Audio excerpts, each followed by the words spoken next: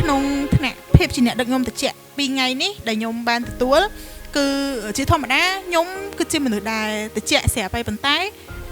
ពេលខ្ញុំរៀន2ថ្ងៃហ្នឹងហើយគឺអាចនឹងដល់ដក0អង្សាសេគឺតិចខ្លាំងជាងមុនចាអញ្ចឹងខ្ញុំអាចនឹងយកមេរៀនដែលខ្ញុំបានរៀន2ថ្ងៃនេះយកទៅអនុវត្តបន្ថែមឲ្យវាកាន់តែល្អប្រសើរជាងមុនហើយអាចនឹងប្រើប្រាស់មេរៀនដែលរៀនបាន2ថ្ងៃនេះជាគោលដៅជីវិតដើរទៅមុខបន្តទៀតហើយរឿងដែលបងគាត់ចែករំលែកគឺរឿងអាជីវកម្មជាមួយនឹងរឿងគ្រួសារអាហ្នឹងខ្ញុំអត់មានទេប៉ុន្តែក៏ជាបទពិសោធន៍មួយឬក៏ជា idea មួយសម្រាប់ឲ្យយើងយល់ហើយយើងដឹងពីសង្គមខាងក្រៅថាតើមានអ្វីកើតឡើងឬក៏មានគំនិតជាច្រើនដែលបានផុសចូលក្នុងគំនិតរបស់ខ្ញុំដូចគ្នាដែរស្វាគមន៍មកកាន់កម្មវិធីបង្វឹកដល់កំពូលរបស់ CEO Master Club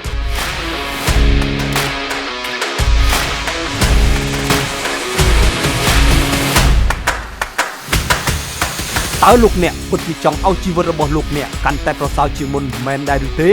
តើលោកអ្នកពិតជាចង់មានសមត្ថភាពក្នុងការដឹកនាំខ្លួនឯងគ្រួសារអាជីវកម្មកាន់តែខ្លាំងក្លានិងមានប្រសិទ្ធភាពមែនទេចូលរួមកម្មវិធីដ៏កំពូលនិងអស្ចារ្យលើជំនាញភាពជាអ្នកដឹកនាំត្រជាក់អ្វីគ្រប់យ៉ាងដែលលោកអ្នកចង់បាននឹងត្រូវបង្ហាញនិងលាតត្រដាងនៅក្នុងកម្មវិធីបង្វឹកដ៏ពិសេសមួយនេះចាប់អារម្មណ៍ចូលរួមលោកអ្នកនឹងទទួលបានឫស្សីខ្ពស់ជាងមុនចិត្តត្រជាក់ជាងមុនចិត្តជ្រះថ្លាជាងមុនចិត្តរីករាយជាងមុនចិត្តរឹងមាំជាងមុនចិត្តក្លាហានជាងមុនមានធម៌ពលជាងមុនមានសិលបារមីជាងមុនមានភាពតាក់ទាញជាងមុន